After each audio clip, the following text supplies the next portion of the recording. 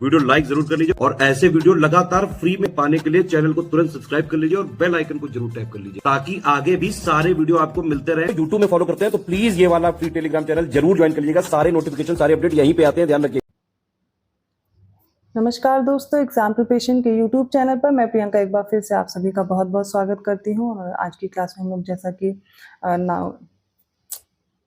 नमस्कार दोस्तों, exam preparation के यूट्यूब चैनल पर मैं प्रियंका एक बार फिर से आप सभी का बहुत बहुत स्वागत करती हूँ। और आज की क्लास में हम लोग जो मॉक टेस्ट पिछला सॉल्व कर रहे हैं उसी को कंटिन्यू करेंगे। डेली रात को 9 बजे आरओ को टारगेट करते हुए हम लोग डेली जीएस के क्वेश्चन सॉल्व करते हैं। तो पूरी क्लास ध्यान से देखिए और इससे पहले भी जो क्लासेस हुई हैं वो प्लेलिस्ट में ऐड कर दी गई हैं, आप उनको भी रिवाइज करते रहिए। जो बच्चे न्यू हैं उनको बताना चाहूँगी ये क्लास डेली रात को 9 बजे आती है और इसके साथ में दोपहर 1 बजे जीएस की क्लास चल रही है। मॉडर्न इंडियन हिस्ट्री का रिवीजन भी चल रहा है और बाकी सब्जेक्ट भी साथ में कवर हो रहे हैं।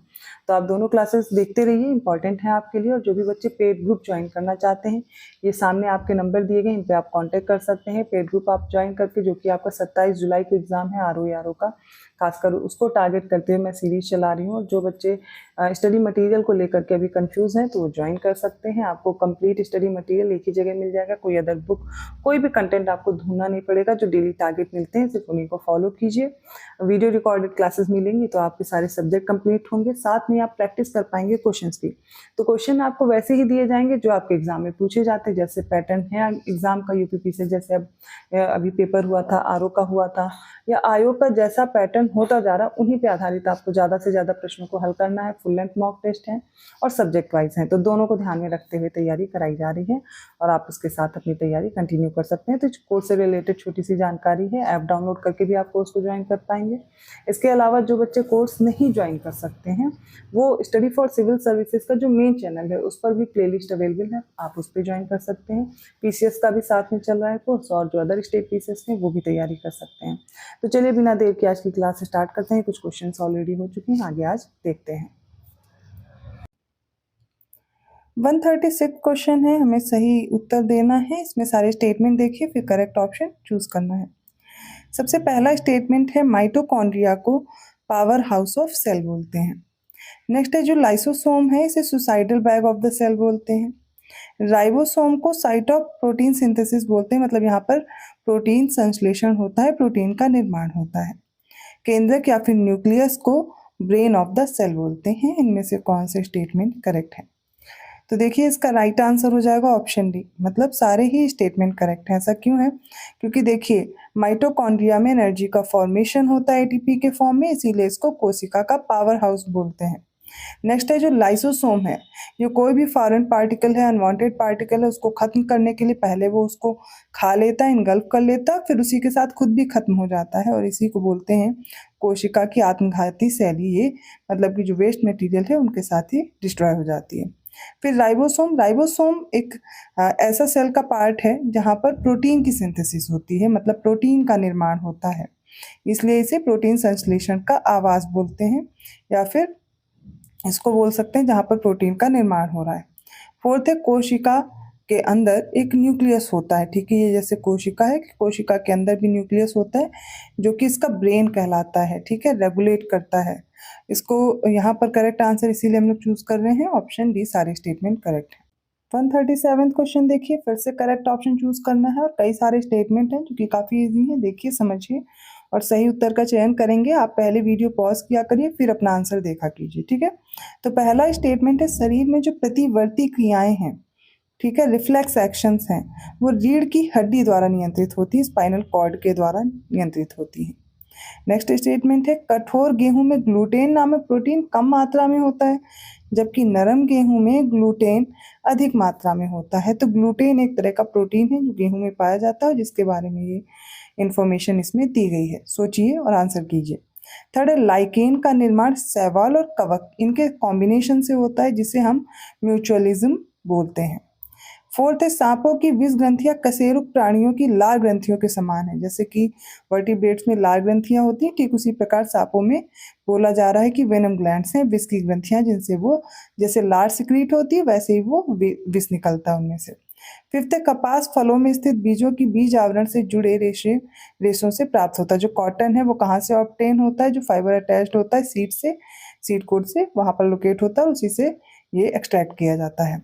बताइए इनमें से कौन सी स्टेटमेंट करेक्ट है।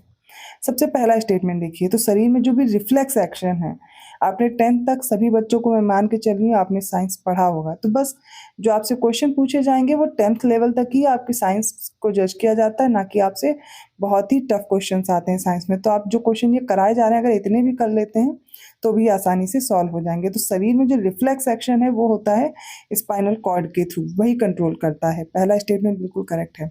अब हम देखते हैं कि जो व्हीट है, गेहूं में ग्लूटेन प्रोटीन होता है, बिल्कुल होता है, लेकिन जो कठोर हार्ड व्हीट होता है उसमें जो प्रोटीन होता है ग्लूटेन प्रोटीन वो ज़्यादा होता है, जबकि नरम गेहूं में कम होता है, और ये स्टेटमेंट गलत हो जाएगा, इसीलिए ध्यान रखिएगा। लाइकेन, लाइकेन क्या होता है, ये किससे फॉर्म होता है, कॉम्बिनेशन होता है एल्गी और फंगस का, ठीक है, इसी को म्यूचुअलिज्म भी बोला जाता है, ये सही है। सांपों में विष ग्रंथियां होती हैं जैसे कि लाल ग्रंथि होती है, ठीक उसी प्रकार होती हैं, बिल्कुल सही है।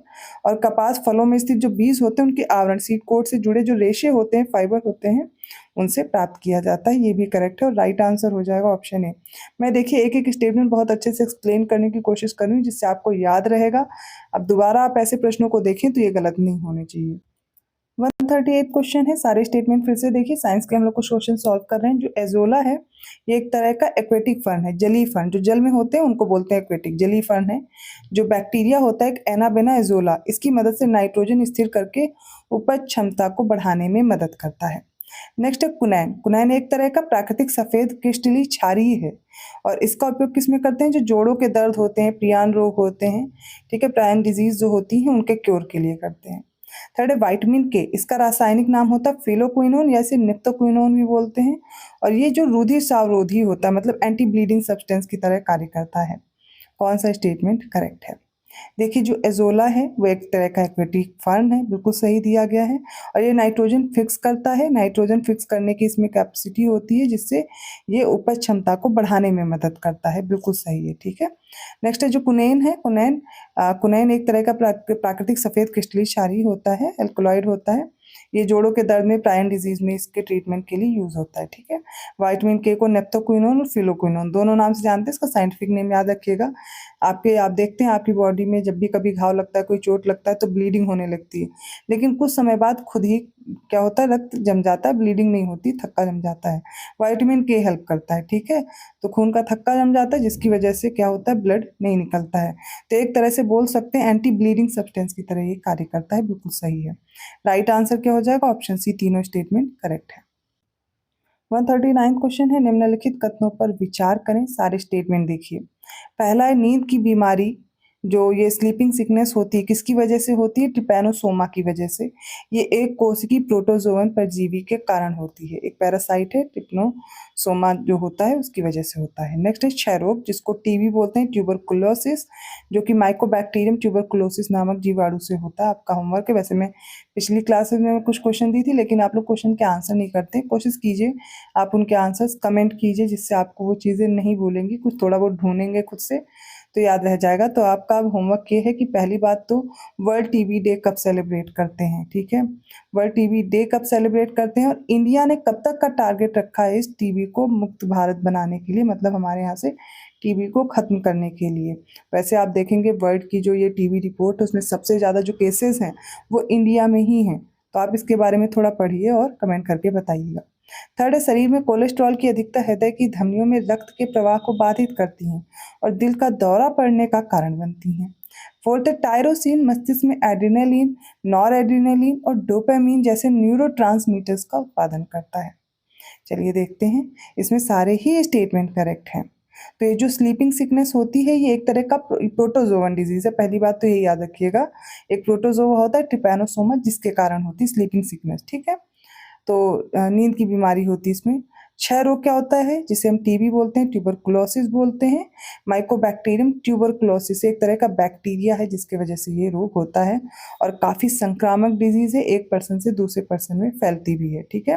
नेक्स्ट है शरीर में कोलेस्ट्रॉल की अगर अधिकता हो जाती है तो धमनियाँ क्या होती हैं, ये आर्टरीज होती हैं, इनमें क्या होता है ब्लड फ्लो जो होता है वो रुकने लगता है, प्रवाह रुक जाता है, इसी की वजह से हार्ट अटैक टाइप की ये जो बीमारी है वो होती है, बिल्कुल करेक्ट है।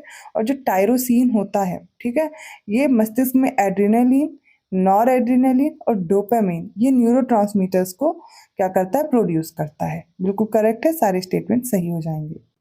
140वां प्रश्न है, सही विकल्प चुनना है। पहला तो डीएनए फिंगरप्रिंटिंग के बारे में बताया गया। डीएनए फिंगरप्रिंटिंग एक तरह की टेक्नोलॉजी है जिसका यूज करके हम क्या करते हैं, आनुवांशिक रोगों की पहचान कर सकते हैं। कोई भी अगर जेनेटिक डिजीज है, जेनेटिक डिजीज का मतलब है एक पीढ़ी में है, मदर या फादर में है तो आगे वाली जनरेशन में भी ट्रांसफर हो रहा है, या फिर पशुओं की वंशावली स्थापित करने के लिए किया जाता है। ठीक है, नेक्स्ट है एमनियोसेंटेसिस। ये एक तरह का टेस्ट होता है। कब करते हैं, गर्भावस्था के दौरान करते हैं, जब बच्चों में कोई जेनेटिक या क्रोमोसोमल डिजीज हो। ठीक है, मैंने बताया ना जो एक पीढ़ी से दूसरी पीढ़ी में हो रहे हैं, जैसे कि डाउन सिंड्रोम्स हो गया और एडवर्स सिंड्रोम हो गया, पताउ सिंड्रोम हो गया, ये सारे होते हैं। ठीक है, इनका पता लगाने के लिए। थर्ड है आर्क्योप्टेरिक्स, मेसोजोइक युग का सर्व पुरातन पक्षी है, जबकि डायनासोर क्या है, जुरासिक युग का एक तरह का रेप्टाइल है, सरीसृप है। नेक्स्ट है ह्यूगो डी व्रीज ने विकास के उत्परिवर्तन, ह्यूगो डी व्रीज ने म्यूटेशन थ्योरी ऑफ इवोल्यूशन का प्रतिपादन किया था। बताइए कौन सा स्टेटमेंट करेक्ट है। चलिए देखते हैं। तो डीएनए फिंगरप्रिंटिंग का यूज़ करते हैं आजकल। ये टेक्नोलॉजी है, काफ़ी अच्छी है। जो पैटर्निटी टेस्ट होता है किसी बच्चे का, जिसमें हम पता लगाते हैं कोई इसको जेनेटिक डिसऑर्डर है या उसकी जेनेटिक जो आनुवांशिक रोग रहे पहले से वो ट्रांसफ़र ना हो पाए, उनके क्योर करने के लिए होता है। पशुओं की वंशावली भी देखने के लिए। इवन डीएनए फिंगरप्रिंटिंग की वजह से अब तो आजकल जो यूज़ हो रहे हैं, जैसे कि कोई क्राइम हो रहे हैं तब भी ये यूज़ होते हैं। ठीक है, और एमनियोसेंटेसिस एक तरह का टेस्ट है जो बच्चों में होता है, जब प्रेगनेंसी होती है उसी टाइम होता है, कि कोई जेनेटिक डिसऑर्डर तो नहीं है, कोई क्रोमोसोमल डिसीज तो नहीं बच्चे में। तो उसके लिए जैसे बहुत सारी डिजीज़ होती हैं, डाउन सिंड्रोम हो गया, ठीक है, ये सारी। और आप देखेंगे जो कुछ डिजीजेस रहती हैं जैसे कलर ब्लाइंडनेस, और ये सब एक पीढ़ी से दूसरी पीढ़ी में ट्रांसफ़र होती हैं, तो इससे पता चल जाता है। आर्क्योप्टेरिक्स के बारे में दिया गया, थर्ड स्टेटमेंट देखते हैं, ये इनकरेक्ट हो जाएगा। आर्क्योप्टेरिक्स क्या है, ये है जुरासिक युग का सरीसृप। ठीक है, सबसे पुराना पक्षी है। और माफ़ कीजिएगा, ये जो आर्क्योप्टेरिक्स है जुरासिक युग का सर्व पुरातन पक्षी, जबकि जो डायनासोर है ये मेसोजोइक युग का एक सरीसृप है, याद रखिएगा। ठीक है, तो ये स्टेटमेंट इनकरेक्ट है। और ह्यूगो डी व्रीज ने म्यूटेशन थ्योरी ऑफ इवोल्यूशन दिया था, करेक्ट है। राइट आंसर ऑप्शन है पहला, दूसरा और चौथा स्टेटमेंट बिल्कुल सही है। अगला जो क्वेश्चन है वो यूपी जीके से है कि हाल ही में 4 और उत्पादों को भौगोलिक संकेतक प्रदान किया गया है, जैसे कि इसमें दिया गया बागपत का होम फर्निशिंग है, अमरोहा ढोलक है, उरई का हस्त निर्मित कागज है और बाराबंकी का हैंडलूम है। इनमें से कौन से करेक्ट है। तो देखिए इसमें बागपत का होम फर्निशिंग है, अमरोहा ढोलक भी है, लेकिन ये जो हस्त निर्मित कागज है उरई का नहीं है, ये कालपी का है, और बाराबंकी का हैंडलूम है। राइट आंसर होगा ऑप्शन बी 1, 2, 4। अगला प्रश्न है, मुख्य सचिव दुर्गा शंकर मिश्र की अध्यक्षता में गठित एक उच्च स्तरीय समिति ने हाल ही में यूपी राज्य में किन 4 नए निजी विश्वविद्यालयों की स्थापना की मंजूरी दी है। केडी यूनिवर्सिटी मथुरा, गांधी विश्वविद्यालय ललितपुर, अजय कुमार गर्ग विश्वविद्यालय गाजियाबाद और Chandigarh university Unnao. Right answer देखिए इसमें केडी यूनिवर्सिटी मथुरा की है, गांधी विश्वविद्यालय ललितपुर नहीं झांसी का है, अजय कुमार गर्ग विश्वविद्यालय गाजियाबाद का और चंडीगढ़ यूनिवर्सिटी है उन्नाव की। Right answer option B 1, 3, 4। Next question देखिए, पहला स्टेटमेंट है यूपी सरकार द्वारा हाल ही में राज्य के मिर्जापुर, सोनभद्र और महाराजगंज जिले में जनजातीय संग्रहालय की स्थापना की गई है।